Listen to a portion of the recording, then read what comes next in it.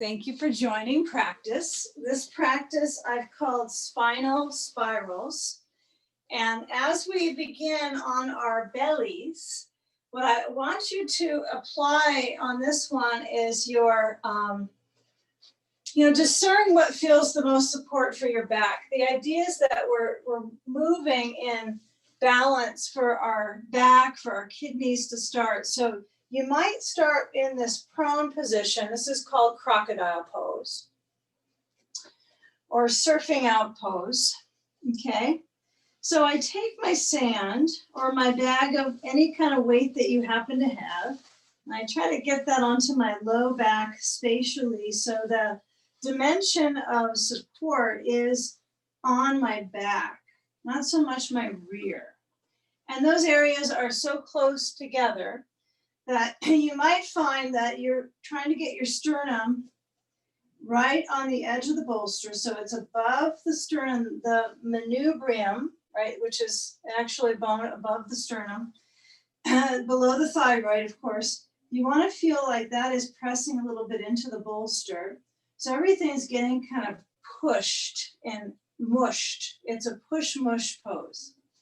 So as your forehead lands on your blanket, if you have eyeglasses on, you might want to remove those for a few moments.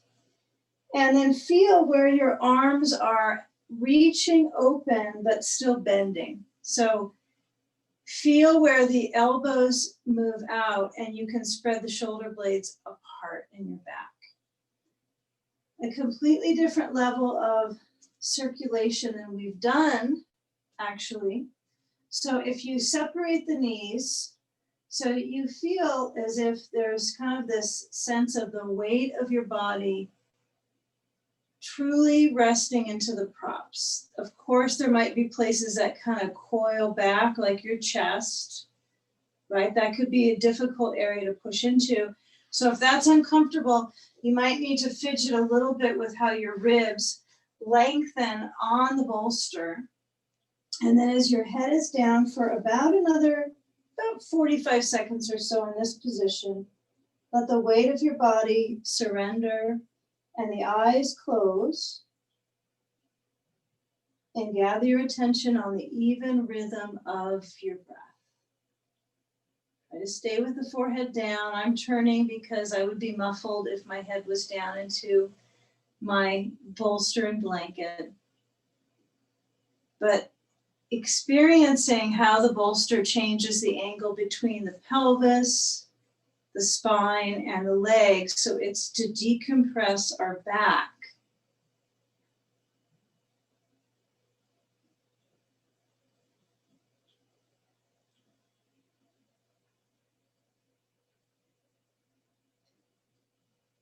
So we'll add a little bit more time here for a few more. And feel where the arms are oriented. You might shift them a little bit out.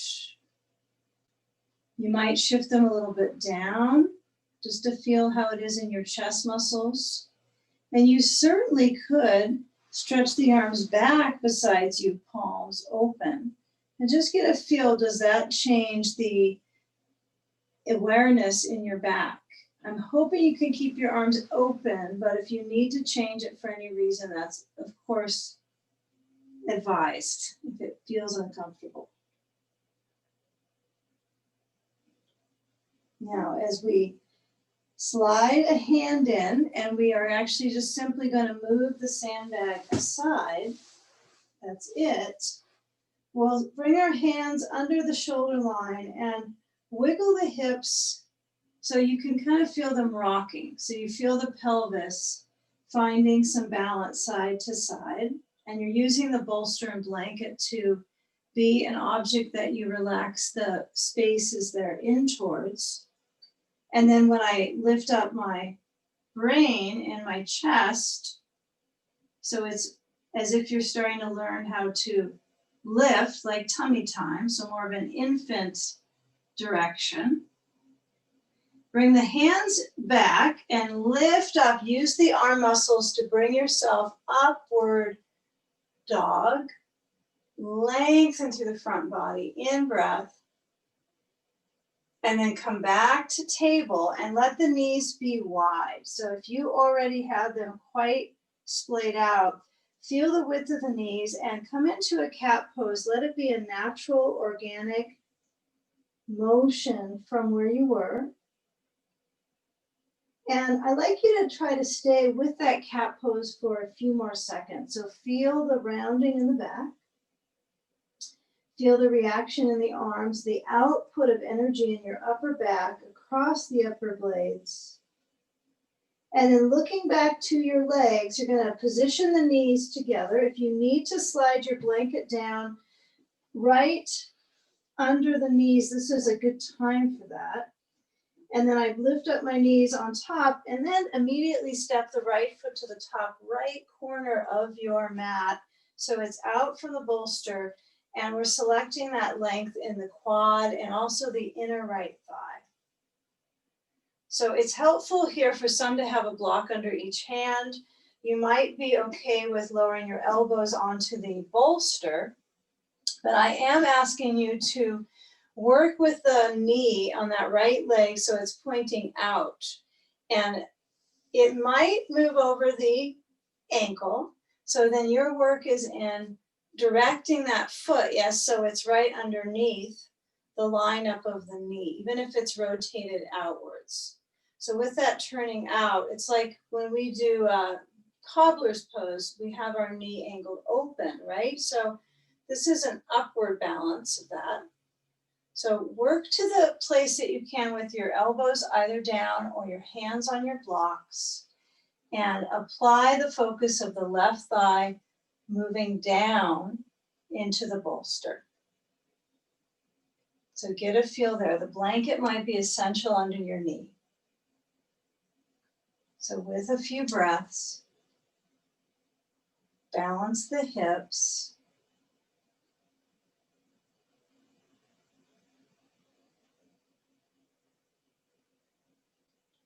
Okay, now we come back, and as we slide that right knee back, we step the left foot to the top left corner and switch sides. And since we're doing quite a bit of structural work in the beginning, kind of tapping into aligning the bones and even the weight of the body into the bones to support the density and improvement. And you might find that you're asking yourself to do something that's not like, doesn't feel super restorative in this moment. And some of them ahead, there'll be coordinated patterns for our limbs.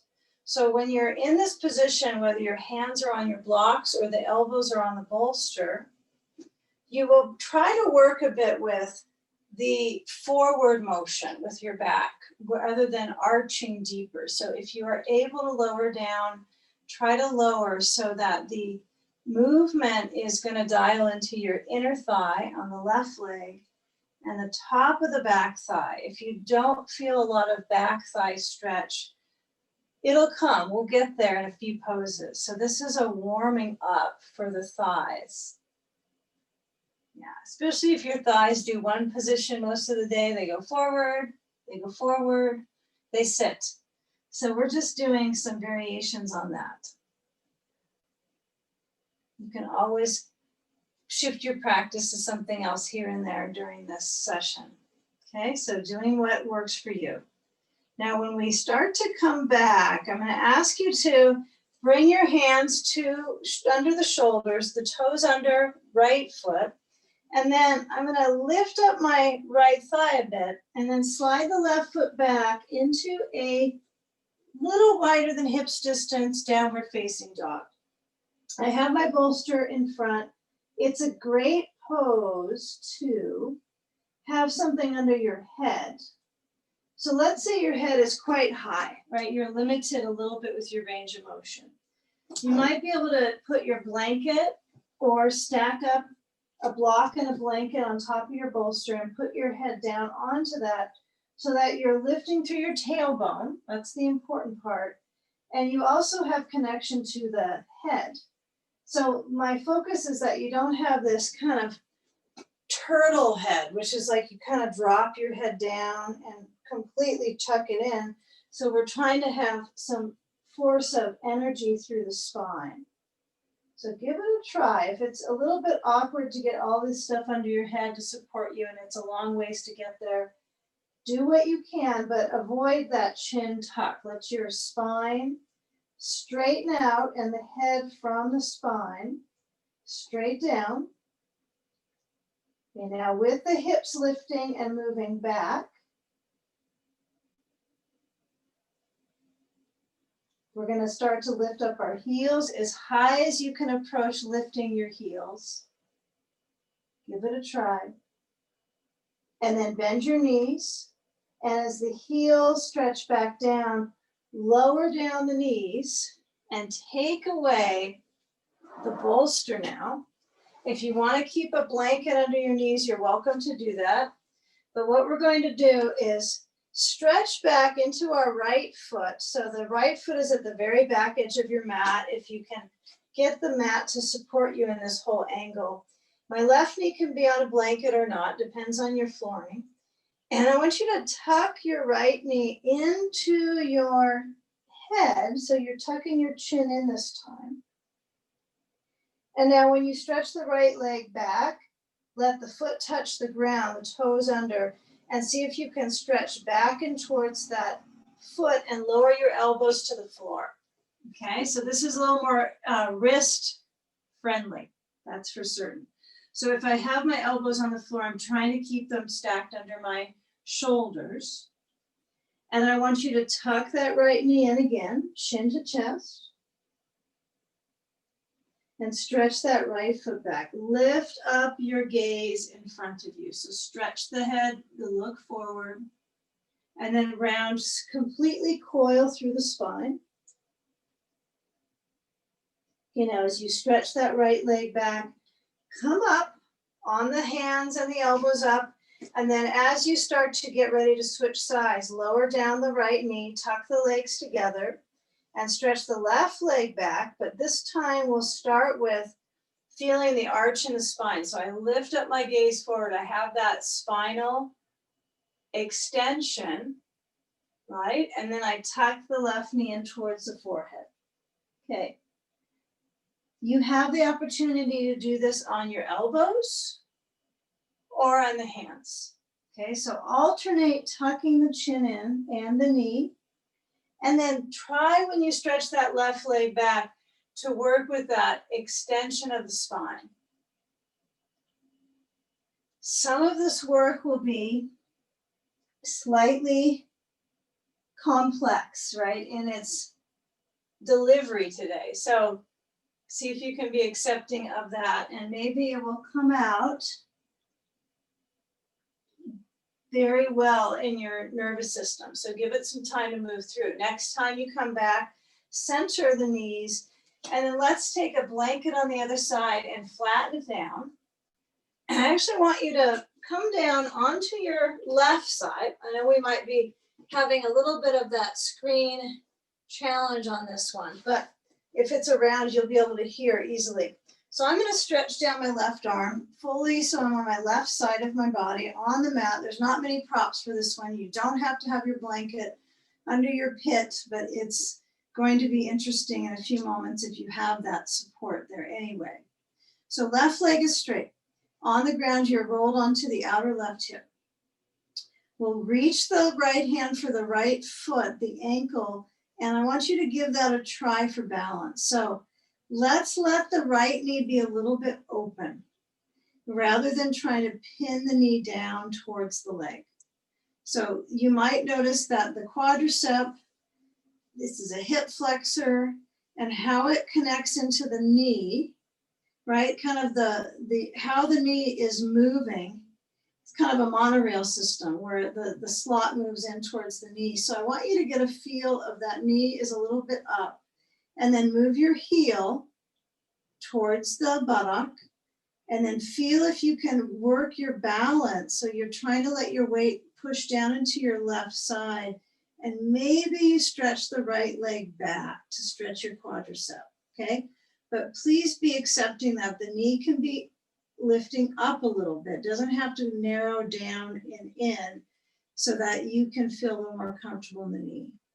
Now, if this doesn't work at all, you can't get that ankle, take a belt, reach the belt around your foot, and then stretch back. You might get a better stretch with the belt, actually.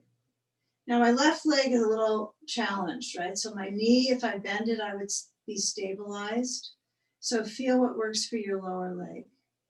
We're taking away some of the props out of our practice. We might usually do this laying in our bolster, but we will add that in time. So give us a few moments. Feel that quadricep stretch on the right thigh.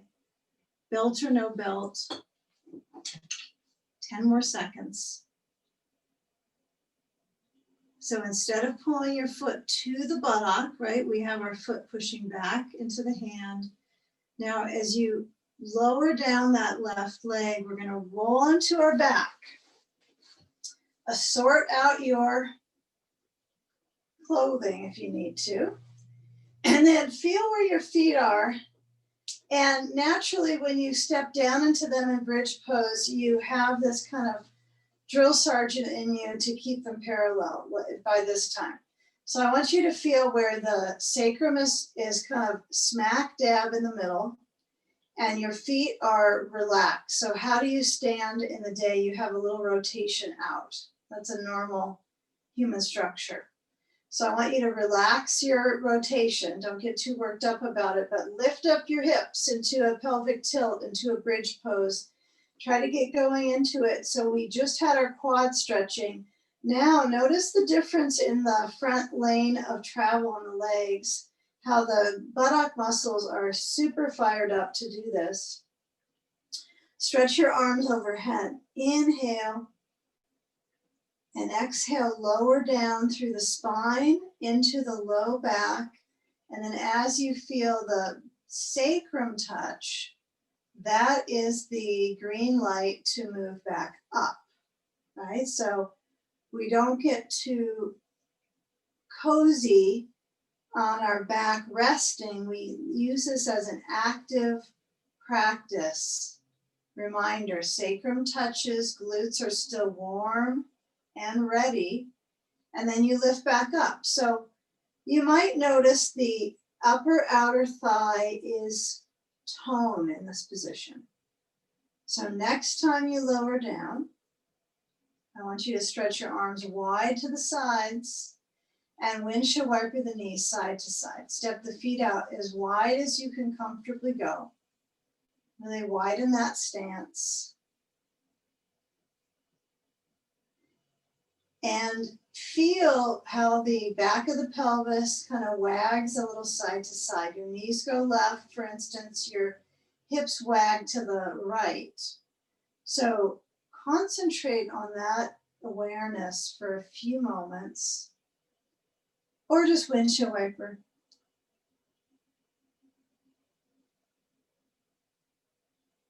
Okay, now as you roll a little to the other side for the other quadricep focus, I like to just nudge my hip down and over so I actually roll into my outer right thigh and stretch my right arm back and reach for the left foot, the left ankle. So instead of holding onto just the toe spot of your foot, you're trying to hold closer to the ankle and move the leg back, okay?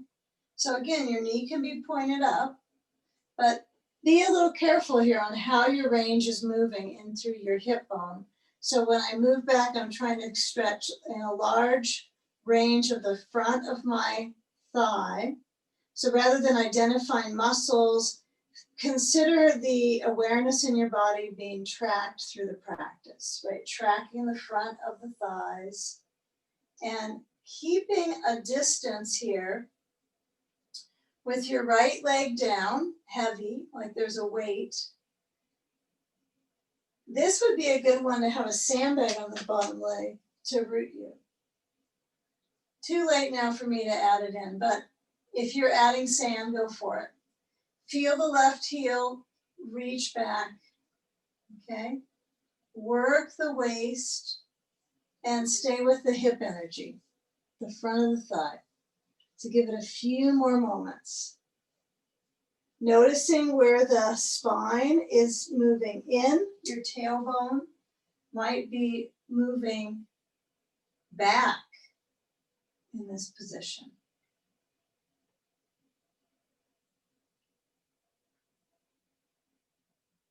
Okay, now, as you start to lower that left knee down, we roll on our back again and get a bolster to the right side of your mat, so it's in the side yard. Mine already has a blanket on it. I suppose that might be good for you as well. It's not required, but if it's already there, leave it. But it's like besides my mat on the right side, what we're going to do is take a belt. I want you to reach the belt, bring your knees to your chest, reach the belt to the shins. Okay, so when I hold on to the belt and it's rather wide, like I have the legs resisting, and then keep that resistance forward with your legs as you hold onto the belt. Keep the neck comfortable, nod your head side to side. Give yourself slack on the belt so your feet can actually come down. Okay, so I'm holding onto my belt. Okay, now I'm going to lift up my head for a moment and just control where my core muscles are. And then as my head lowers down, holding on firm, let the shoulders strengthen. So I'm pulling on the belt. I want resistance with the legs pushing forward, although this is a really strange area to push. Usually you're not pushing with your shins in this direction. So you're going to push down into your heels, and then you're going to lift up your hips in bridge pose one more time. Okay. This might not bring all the smiles in the world for you, but when you're lifting up your hips, you will likely be able to activate your quadriceps, your front thigh, your hip flexors, which we were just working with when we were attempting to hold our foot behind us. So hold on to that belt. If it's getting really intense in your hands, you can always let go. It's good to let go at some point so you know what you actually had from the belt. Otherwise, it doesn't register. So I like the resistance because then my thighs really work. The heels are pressing. Focus on the energy into it, not the exact perfection of the alignment. Focus that it feels like that energy is moving through the legs. And then as you let your spine ease back, you might let go of the belt before that and just feel that resistance with the belt, how it does help the circulation in the thigh front. Good. Okay. Stay with it. Let the right leg stretch straight down. The sides are bolster. And then as the left leg crosses over to the bolster, feel the awareness when you add a sandbag on the outer left thigh, the outer banks of your leg. Yeah, where you like that sand is generally supporting the circulation in our hip now. So if you have many sandbags, you can pack them on. You can turn the sand in a different direction and just feel what brings you traction. Maybe it's bending your bottom leg. Maybe it's to reach your left arm farther open, but I want you to try to get your left arm to stretch back on the diagonal versus straight open to the left. So try to stretch it back so the lines of energy through your structure, right, are going to move through the lateral line of the body and into the knee. So consider this for a solid couple minutes here. We'll be here. So we've been here a little time already, but I want you to be capable of letting your right hip relax and give it all to that left hip. Benefit the circulation throughout the hip. Steady inhale. Relaxed exhale.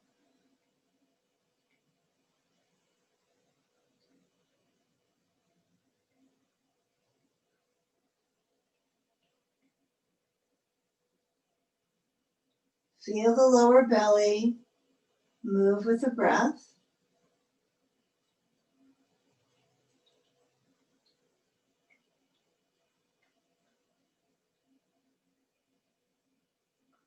Now, feeling the simplicity here, we're going to take a leg pattern that still directs the left leg as the top thigh, but we'll work with this IT band, the lateral rotator of the leg.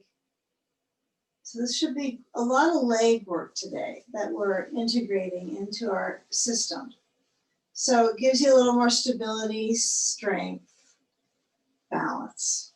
So when we slide the sand off the left leg, we try to roll. So as I roll into my back, I move my left arm open, and then I simply squeeze the left leg crossed over the right leg, push down into my right foot, and then spine is centered on the back. Okay? Now when your knees shift over to the left side, I've got a block nearby. I might be able to use that, but I don't necessarily want to go that far. I work on feeling the crossing of the legs and that intensity through the upper outer right hip. It feels rather intense of a side leg stretch. So feel how you manage that circulation for a few more breaths.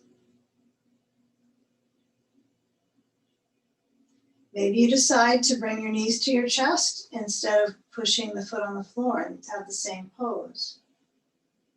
So keep in mind, this is useful for massaging the digestive tract, knees towards chest, but not for everybody's knees. Okay, come out of the shape, knees back center, uncross. I want you to take cobbler's pose, feet together, knees out. And in the meantime, you're starting to get your bolster to that other side. Hopefully there won't be too much prop destruction to get there, but you'll work your way there. My bolster's out to the left. Now, when my knees are out, my feet are together, I want you to have some concentration on having your feet together, but slide them downwards so that it's not such a, the feet aren't trying to pull to your groins right now. They're actually pushing down away from the groins, but you still have the heels touching. So it's a different stretch through the thighs. It's certainly not used very often in practice, but we have that opportunity how we're leveling the sequence today. So notice the hip points are neutral, right? They're balancing in the front of the hip joint. So these are pretty valuable places to focus. Now, as you stretch the left leg straight, you're going to lift up the right leg and help it cross over to the left, to the bolster. So as I lean my weight into my left leg, and I find what's my comfort, how I get into there, so it's easy for me, that's okay. I'm doing the sequencing, right, correctly. And if I adjust for comforts, you know, movements, I have to kind of notate if that's right in the alignment dictionary, do a little check on it, do a little alignment fact check. So if my left leg is straightish, that's good. If it's a little bendish, that for me feels better in my spine. Right arm stretches back. Left arm can be resting on the sandbag.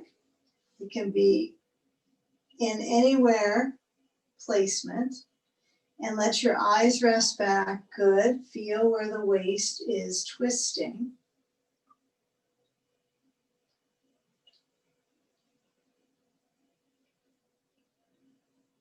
And simply noticing where your inner balance is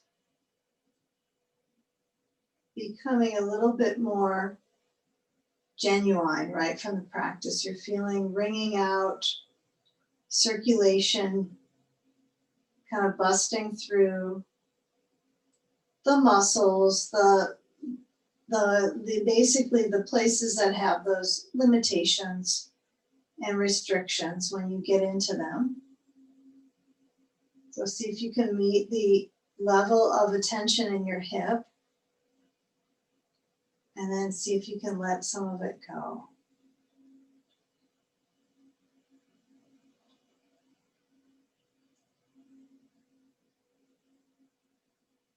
Good, now let's stay here for a few more moments. We don't have to make any changes to our shaping, but maybe the change is in the breath, the quality, the relaxation that comes from it.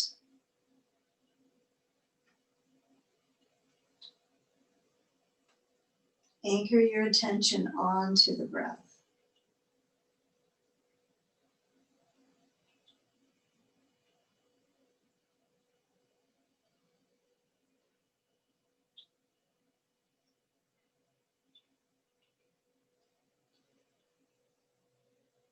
Now when you slide the sand aside, you'll keep the leg in its similar continuum of motion. So it's this lateral pull, the side body, the side leg. I think we identified pretty well with that with this group, with the lateral, that whole direction. But when I cross my right leg over the left leg now, and I adjust so the back of my pelvis is level, and then I bring my knees to swerve to the right side. You might need something packed in under your right thigh, right? You might decide, well, I really could use a blanket kind of mushed in right beside my thigh. That's good. So feel what's helpful. If you don't have anything there and it feels okay, go with that. Spread your arms open a little bit. Doesn't have to be perfect, but see if you can move them a little bit out. Especially if this is kind of unusual sequencing in the nervous system. Shifting it about. Now, my hope is that these leg kind of motions, right? We've indulged in a little bit of leg deep traction. When we come upwards, we can maybe get a little more extension through the leg because of that opening, but we'll see.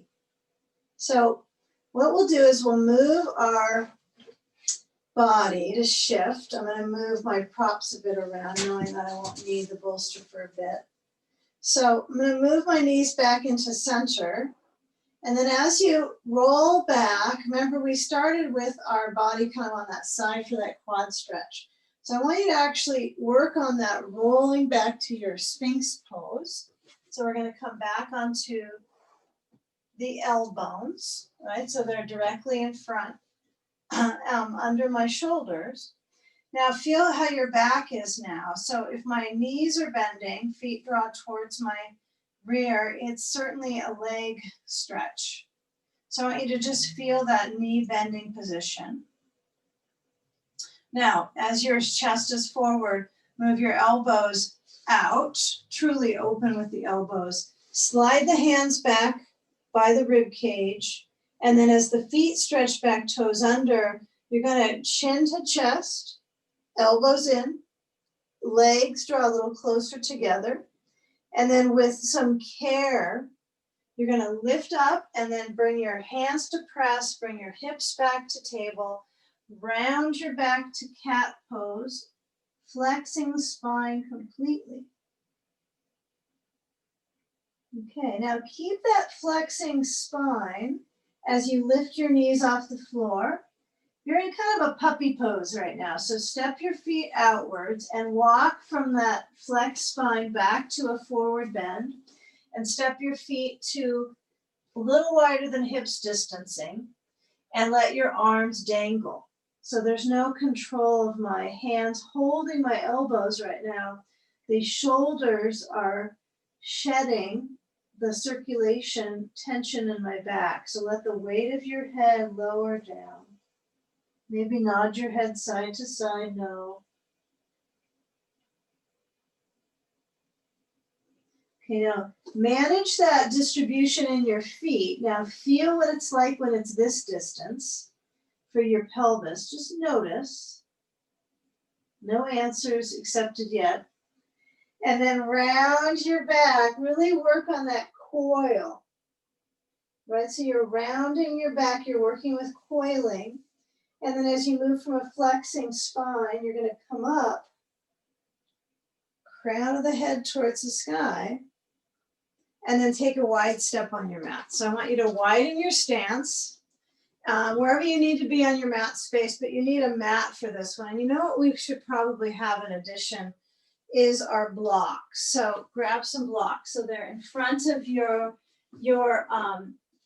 hips. So they're centered and down. Well, they're not in front of your hips like here. I guess we could do that, but that would be a little bit bizarre.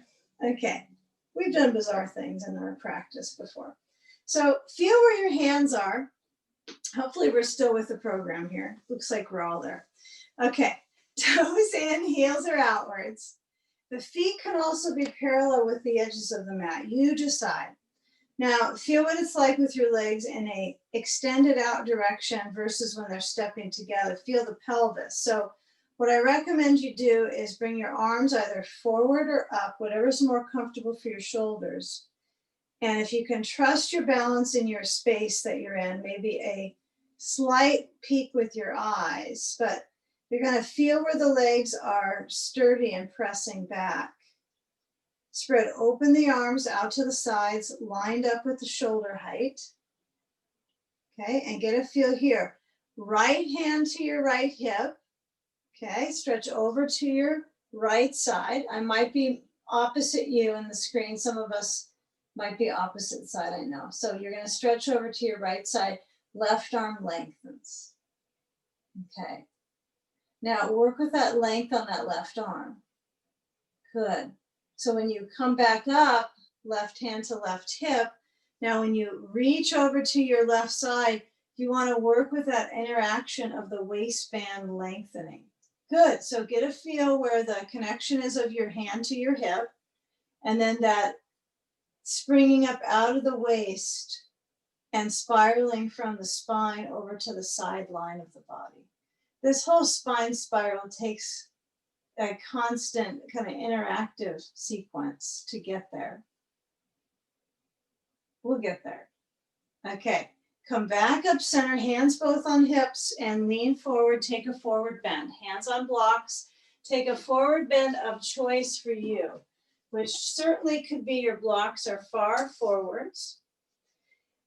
Knees are in a mild bend, so they're in a little bit of a bend to support the knees from hyperextending. And as you lower your head down between your arms, stretch out the back. Feel your head nod side to side.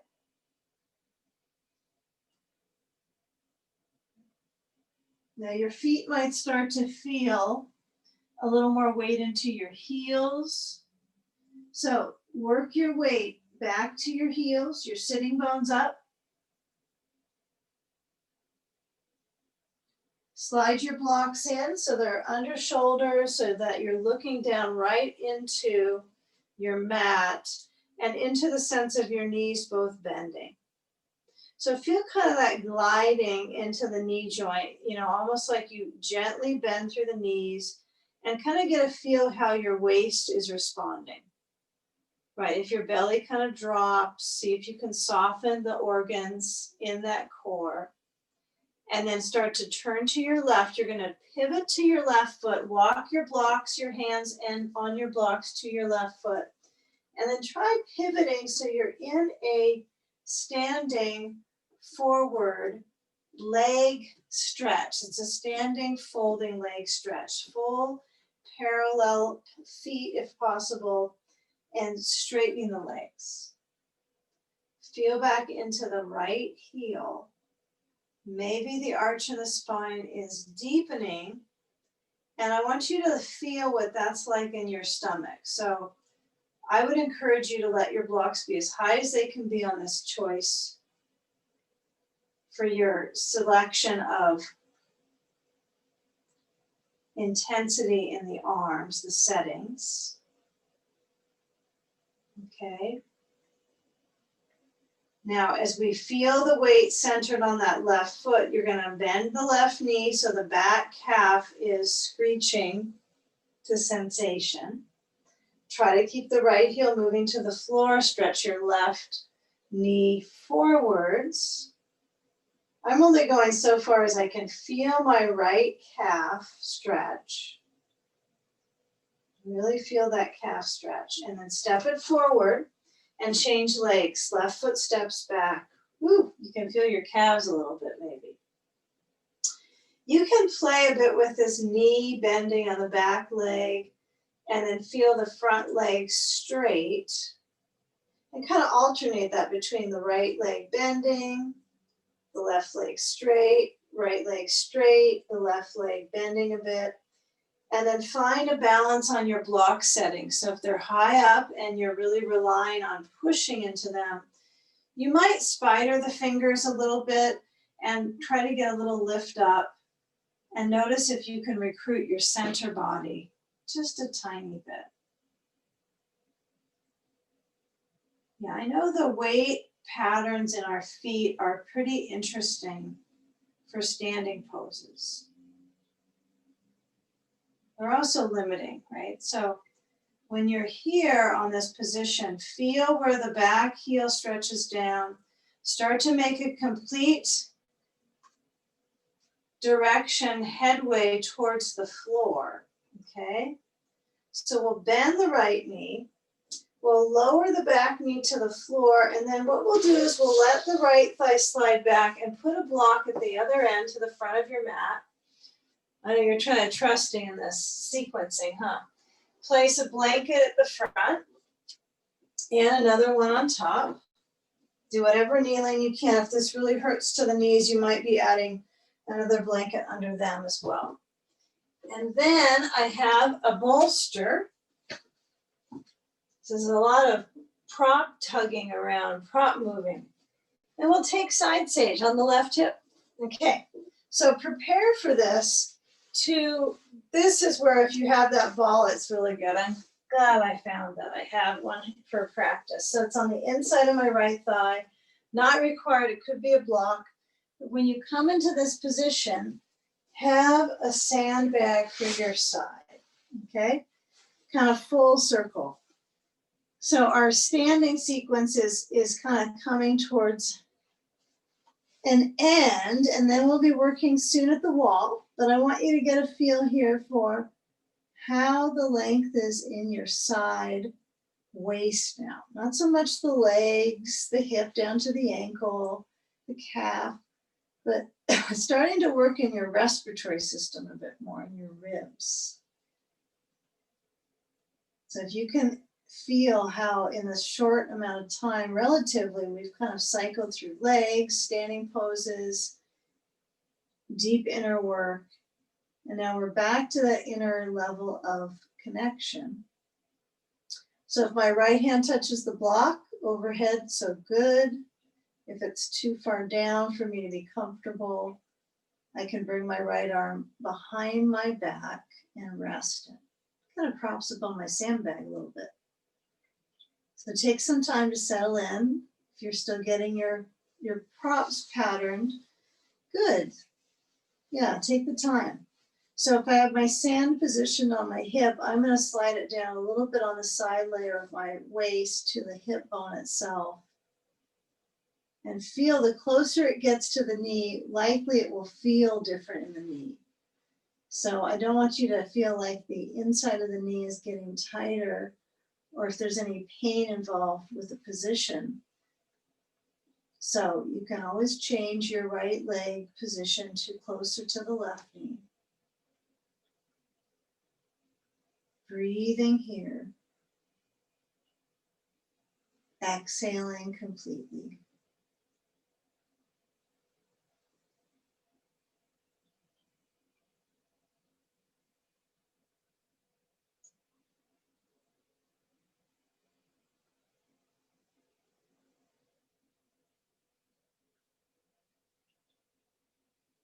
Now feel where the waist is the most important place. The waist is the place, okay? So, I find the other poses we did were a little distracting away from my core body, some of them more than others. So this is an opportunity for you to get into your costals or your intercostals.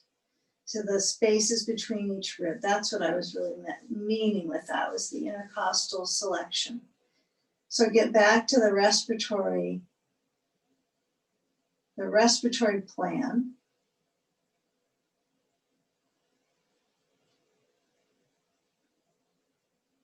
Okay, now when we come out, I want us to have a continuation of this waist length and focus. Not that it's a superficial, that it has this look of that, but that it really is feeling supported. So we're going to actually get into a reclining bound angle pose, Supta Baddha Konasana. So when I coil back in to my spiral back in, kind of the spine spiral towards the bolster, in and down to the left, I come up. All these things can be mastered. I know the slow spiraling. Give yourself some years of practicing. Okay. So you take your blanket stack behind you, you flip the bolster up on top, and then you sit in front of your bolster, ready for the belt. And then I got a couple blocks under my legs, one on each. They only get one apiece. If you have that support of your belt around your hips. Now there's a couple ways you can work with the belt. You can have it in its simple, buckled up, wide loop, which I like the best. But if you want a little more snug of a belting, instead of just this belt around the low back of my waist and my feet, I can also make the belt a little bit longer, just a little bit. And instead of the belt going straight forward under my feet, just that, I actually twist the belt once, place it over my ankle top, the top of the foot basically, and then I tighten it down, but I still want the belt to be on the back of the belt, well, the back of the body, not the back of the belt, but eyebrows of the buttocks, okay? I think it's good to have the crossing. If you've been this far in practice, this point, but not required. Okay. Now, as you stabilize your back on your bolster and you get some of the nooks and crannies in your back kind of sealed up, get some sealant in there. Okay, you can push the feet forward and that will stretch out the hip. You can tell that if you have it tied and crossed, it's kind of fun how you push, and then at the notch at the top of the thigh, that layers into your pelvis and your hipness, you could say hipness.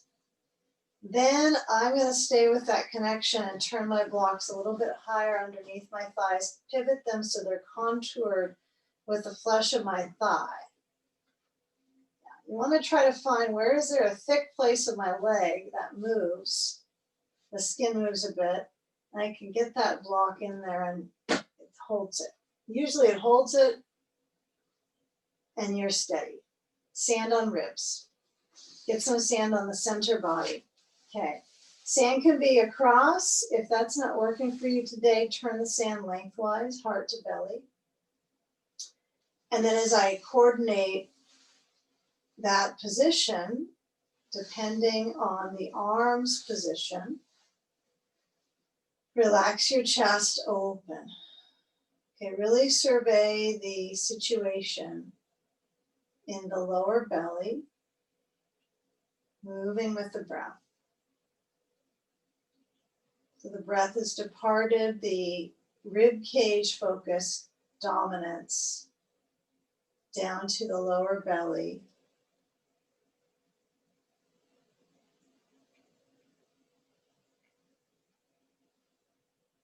Now feeling the arch of the spine, very natural for this shape. It's a back bend. It's a chest opener, but it feels pretty soothing for most of us after many years of practicing it. So notice how far you've come, right? For some of these shapes, if you repeat them, it's second nature to get into them. So I encourage you to let your arms be relaxed for these today. This one. versus pushing them back and over and out, so that the chest has a completeness of opening. And if you notice your nervous system is a tiny bit vulnerable right now, just feel that. You might let your breath just be casually shifting through.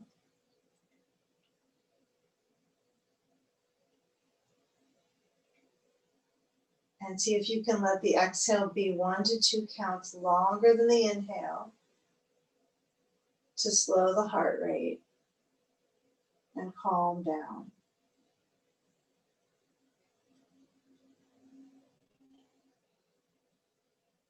Okay, now a few more moments. Shoulders are back and down.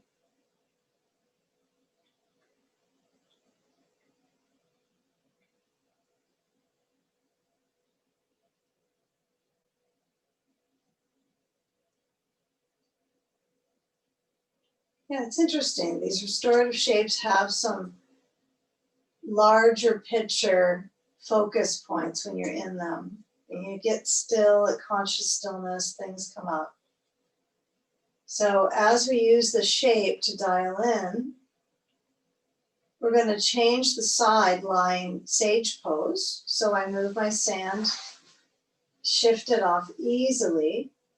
Yeah, hopefully that felt pretty good with the legs. Now you can wiggle out of your belt. You don't have to spend a bunch of energy unbuckling it. You can sometimes get your toes out. However you shift out of the belt around your hips and your feet, start to roll to your right side, but the bolsters will switch. Right, now I failed to mention this because I think each of you have 2 bolsters. This one, let's say from here on out, get your 2 bolsters out for sessions. Because here you can have your round bolster and then your flat bolster here. Why is that better, right? It's going to get a little bit more respiratory stretch, right, in your breathing muscles. It's a higher, it's going to be a little bit higher, and the contour will go with the ribs. So try it out. If you got that chance right now, you could get that, or remember for next time. I'll make a note. And when we have our sand on our left side, you know, casually you might find, oh, I need my block, I need those things to add on. But it's good to shift this practice up often, right? We don't want to have that routine where we don't get to make some inner changes from shifting it around, right? You're changing. So as your arm goes over, you know, feel the difference on the second side. Is it the same sensation of stretch? Do you feel different with it? And how do you make it so it's similar support? All right, so this side I feel the arm is a little more strained overhead, a little more strained. Little pieces and particles of my shoulder can feel different. So you might adjust your bolster. You might get your round bolster. You might tip your body down to the right more. So we're interested in getting the range of motion and then breathing deeper when you're within the still shape. I know I look like I'm kind of darting around a little bit side to side, but you don't have to, okay? You can stay in that still space and center even more. And lengthen the side body.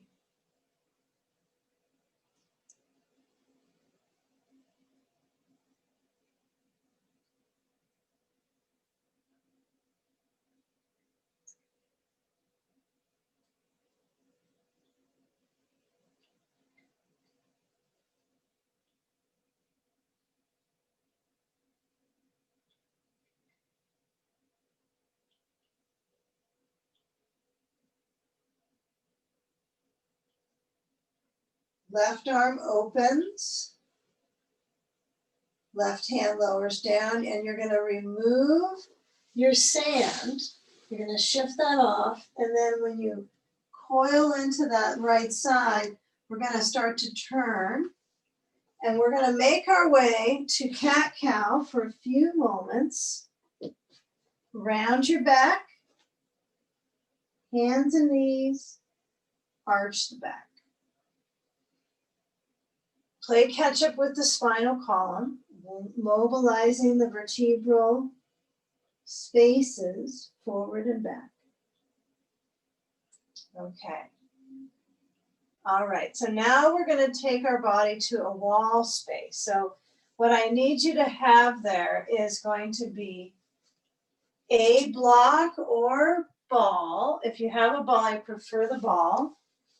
You're going to want to have a bolster kind of nearby that you can place for some of the work. But in the beginning, let's see, have the bolster. If you might not really need to have a mat right next to it. If you're on a carpet, it's okay. But if you're not on a carpet, you'll probably need your mat at the wall space. So you want to have your sand, you want to have a block or ball, a blanket for under your head at the back, so that we're going to start with a little more of a shoulder standy type of position. It's a blend of bridge and shoulder stand. So it's not a dangerous shoulder stand by any means, okay? So what I want you to do is have your belt, have your sand. If you are using a ball, you can basically toss your blocks. Okay. All right. I hope that's on the list. Yeah, you can toss your blocks. Okay. So you're going to lower down, and I'm going to encourage you to sit right near the wall space. So you kind of get your tush near the wall. You got your ball. You got your sand. Okay. Now, when I lower down onto my rear and I lift up the legs, I basically swing them up the wall. I'm going to put my blanket pretty flat. Now, you don't have to have a blanket. This is just good stuff to practice kind of in your space sometimes without your, if you're in a carpeted space, you can do this without the mat. And just so it becomes kind of normal, normalizing this in your life. All right, why be normal? So I've got my ball between the knees or a block. And my work here is on lifting up my hips. Now, I don't have a blanket that's very high right now, right? It's pretty flat. So it's more of padding for my head. And when I lift up my hips, it's much higher than a normal bridge pose. So it's almost into the shoulders, right? It's a shoulder standy pose. You're using your shoulders as a stand. Now notice the friction in the throat for this pose, right? You can feel it in the glands at the base of the head, right at the front of the throat. Okay. Now with your arms beside you down below, so they're reaching towards the wall, palms are open-ish. You're going to lower your spine down. Okay, now how high should your feet be? You can have them fairly high at the wall depending on your load in your spine. So I would have them so when you look to the wall, your feet are basically a little bit above your knees. That's a good level to have your feet. And then I want you to squeeze the ball or the block. If you have a ball, you're using that for certain here. And then I want you to keep squeezing that. So you're squeezing, wondering if all the air is going to come out. And then relax the grip, toning the pelvic floor. Okay. So now this time, when I take the ball away, I'm going to lift up my hips and I'm going to put the ball under the sacrum. You could use a block too, okay? The ball is going to add your balance work though. So if I bring the hands forward, palms open, and I lift up a foot at a time towards the sky, I want you to feel the connectivity down through the spine into the elevating object that's down at the base, and try to let the legs stay at vertical so they're 90 degrees. Now, if they're kind of going a little bit back, which is typical, I want you to find that sweet spot of moving your feet a little forwards. So you're challenging your core. Yeah, try to keep yourself into a uni-leg position. Legs are close. Okay, palms are trying to stay open, shoulders are concentrated and supporting you. We're going to do one more shoulder stand. So I want your shoulders to start to get a energy of support. Okay, now bring your feet to the wall. And I can see my feet, right, above the knees a little bit. And so as I lift up my hips, and I keep lifting and lifting, and I feel the hips lift, avoid turning your head rapidly side to side. Try to keep your neck stable. Keep the lift of the hips. Now bring your hands so that they're above the buttocks to your back, and you're trying to keep your hips lifting. So you can walk your feet up the wall at this point. So you are in a shoulder stand. Now when my elbows press down to the floor, they start to move open. So I want you to try to push down into the shoulders, upper back. Now bring your hands down away from your back. If you have the ball there, I want you to keep it, okay? So you're gonna make a landing. So maybe touch where the ball is, land it so it's about where your sacrum is when your spine lowers down, and you land on the ball, okay?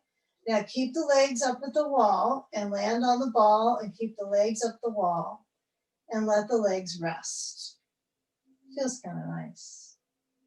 It's a very interesting traction for your lower back. Try to let the weight of the body lie into the ball. Trust it. A block would be a little intense for this, but it can work. Okay, now the area that is kind of draining right now in some ways is this front of your thigh, right? It's kind of the arch of the back. You can feel this area is kind of a drop down. Okay, so start to let the weight sink so that you can let your back gently arch. Okay. You're going to bend your knees and slide your feet down a tiny bit, just the right amount that you could push to the wall, and then lift up, tuck the tailbone under a slight bit so that cat back. Slide the ball away and just let it roll away. And then get a belt, and you're going to bring your body to scoot back. So you're going to slide quite a bit back. We're going to do a couple more of these focus points. I know it's all kind of a different sequencing. So thanks for staying with the differences here, learning. Okay, so I've got my blanket in a quarter fold now. It's a little higher than the shoulder stand height. Okay, so, and keep in mind, none of these poses that we're doing, you have to intensify or make it a little more challenging. You can kind of notice what you're doing and study that and see where you go and make notes, ask questions. Okay, so I got a loop in my belt. What I'm going to do is place the belts. I'm going to unbuckle and place it under my rib cage. And now I do have the left foot at the wall, my right knee bending. You don't have to follow that program. You can have both legs straight down for the moment. Okay, so I'm going to buckle up again, but it's around my ribs and up. Got a belt loop. And what I want you to do is loosen up that belt and then place the belt under your right foot straight up. Get your sand and place it on the top of the left thigh. This requires a little bit of readjustment of your props again, doesn't it? So how about I promise that we only have to adjust 2 more poses? Okay. Maybe 2, yeah, 2 more, but they each have a design with several different poses in them, but 2 more adjustments of props. So I've got my belt around my rib cage. So this is considered rib float, right? We've done brain float, we've done rib float on occasion. So when you are pushing with your foot, I want you to work on holding the belt with both hands for several moments and try to align the energy of the sensation of stretching on the back of the right leg. Be sure your left foot is on the wall. Be sure. If it's up on a baseboard, that's fine. But you want to try to make contact with your left foot into the wall. Okay. And then when you're holding onto your belt, you're stretching your calf a little deeper that way when you hold. But if you can trust this one, bring your arms overhead. Now, if you happen to have an ability here to reach your hands together, if they'll go with that, turn the palms inside out and stretch back. but try to get that right foot so it's going to be straight up. If it goes back overhead a little bit, that's fine. If you start to move your foot and it's over your chest, that's okay. That could be a goal of yours, to tighten the belt down. We got to we make some goals for ourselves. If that's a goal of yours, to get your hamstrings a little more open, take the belt and tighten it up, see if it'll go back, the leg. Now, micro bend the right knee. Feel the lower back. Feel the hand stretch behind you. Inhale. Exhale, push up. Now I'm pushing up, but my leg is going back over a little bit. But I'm still pushing into the belt. Good. Yeah, the sandbag on the other side is really helpful, I find, to complete this and kind of seal the shape. So I feel all connected.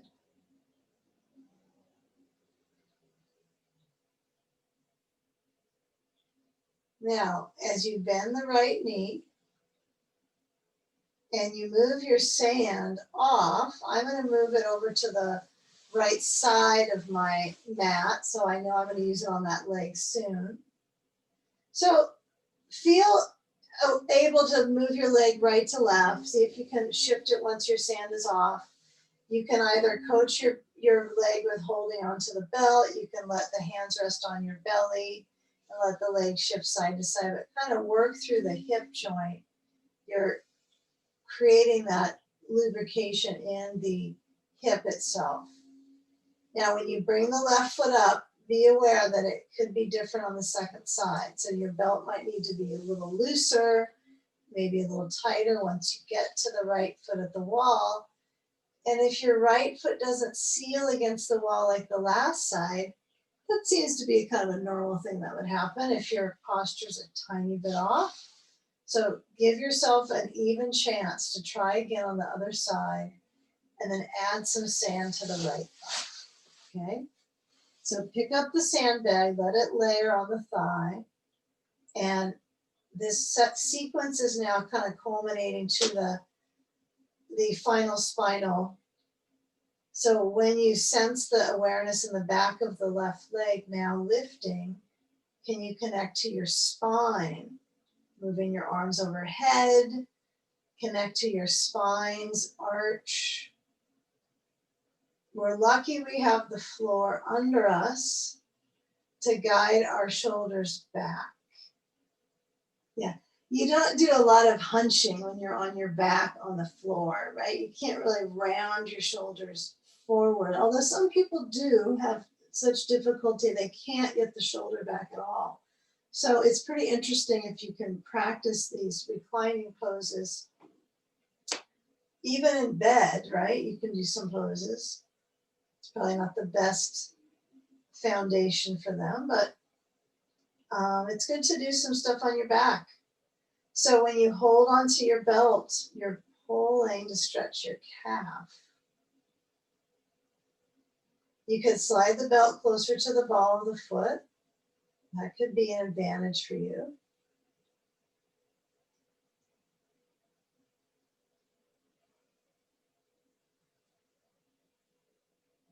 Yeah, notice the spinal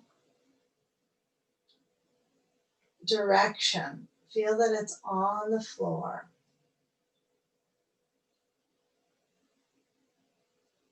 Feel the breath in the ribs.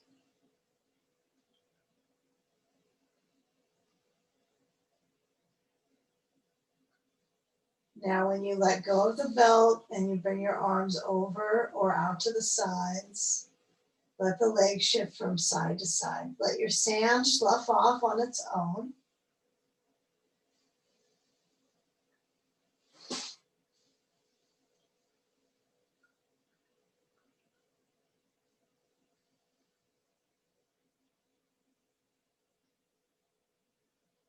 Now we're going to bring ourselves to a moment here where you're going to prep to get legs up the wall.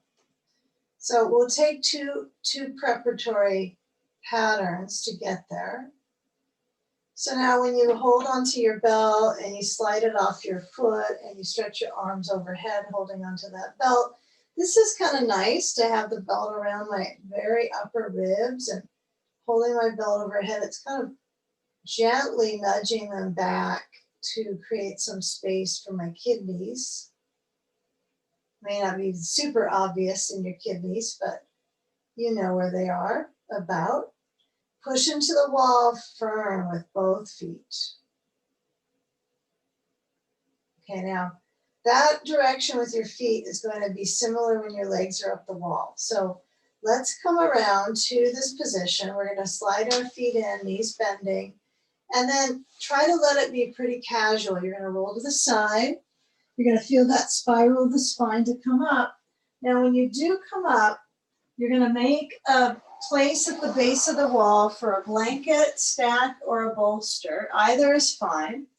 And then when you do place your sand next to your body, your mid-body, so it's easier to get on your feet, I want you to sit up at that bolster at the wall and actually try to get your rear so it's right up against the wall as close as you can. Now, everyone goes into this a little different, especially if you're experienced with it. You have your ways, okay? So if your way is to go a different way up, take that, make sure your blanket is behind you, and then let the legs swing up the wall and feel the lift of the back of the pelvis so that the gravitational flow. Now you could use your round bolster for this as well. It's different. It's a little different smushability actually in the arch of the back. So I would play with those ideas. In time you might start to like that one instead for the legs up the wall. You just never know until you try. So we stand up, soles up, give it up for legs up the wall. Giving it up, one more try. So we've got our spacing of our legs just a tiny bit, not very much apart, right? Just a little bit. And then we feel where the hands can touch onto the thighs. Now, clearly the gravitational pull on the muscles of the legs is going the opposite direction of its daily habit. So that's a good thing, right? We're reversing the circulation and especially the extremities, right? It's all flowing down to vitalize the organs and the lungs. So when you space your alignment into this direction for the diaphragm muscle, feel if your hands can either rest to the core for a few seconds and energize that lower base here with the belly, breathing. Energize your base. So feel if your ribs are kind of poofy, and then feel where your arms are flowing back to cactus. You can make like the perfect cactus shape with this one. And really let the base of the belly receive the circulation. And rest your mind on the concentration of length of the breath. Exhale, letting go.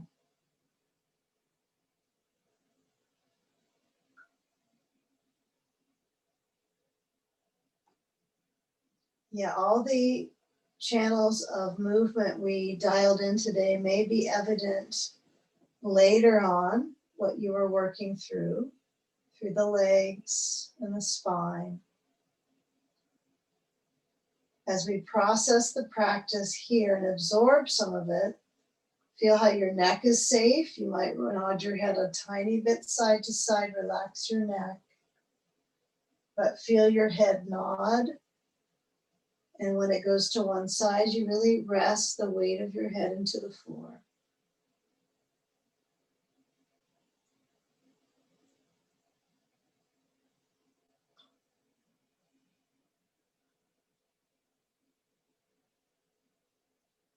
Take a few more moments, head nodding side to side, stretching the neck.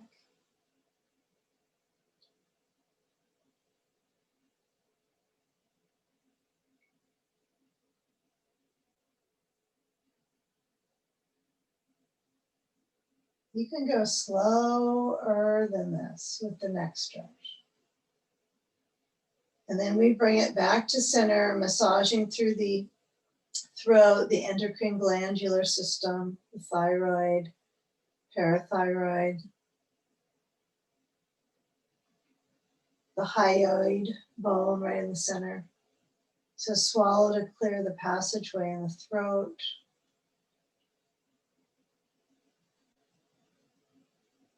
Kind of coat your vocal cords.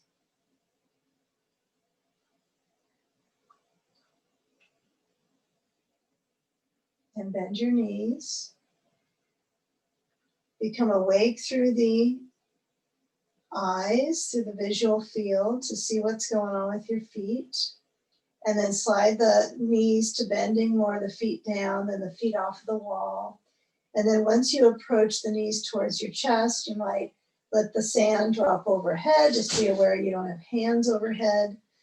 And as your feet come together, your hands hold onto the space below the knees or at the back of the legs, and feel the spine in that coiled position.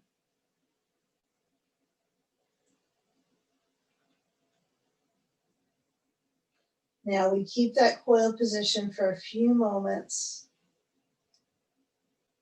Try to get the weight closer to the upper back and the shoulders, and then roll to the side and let your hands help you come up. And take a seated position, which might mean that you're cross-legged on a blanket, on a block with your feet between on the sides of the block. But as you center into cross-legged pattern, hands onto the lap, lift up the heart, spinalize, and bring your hands to meet in front of the heart as the brain centers down, surrendering in the heart space. So let's hold space here, feeling that interconnectedness in each of our homes and outwards to others. Breathing in wellness from the practice. Inhale slow. And with an exhalation, bowing into your heart. In gratitude, namaste. Thank you for joining me. Okay. Thank you.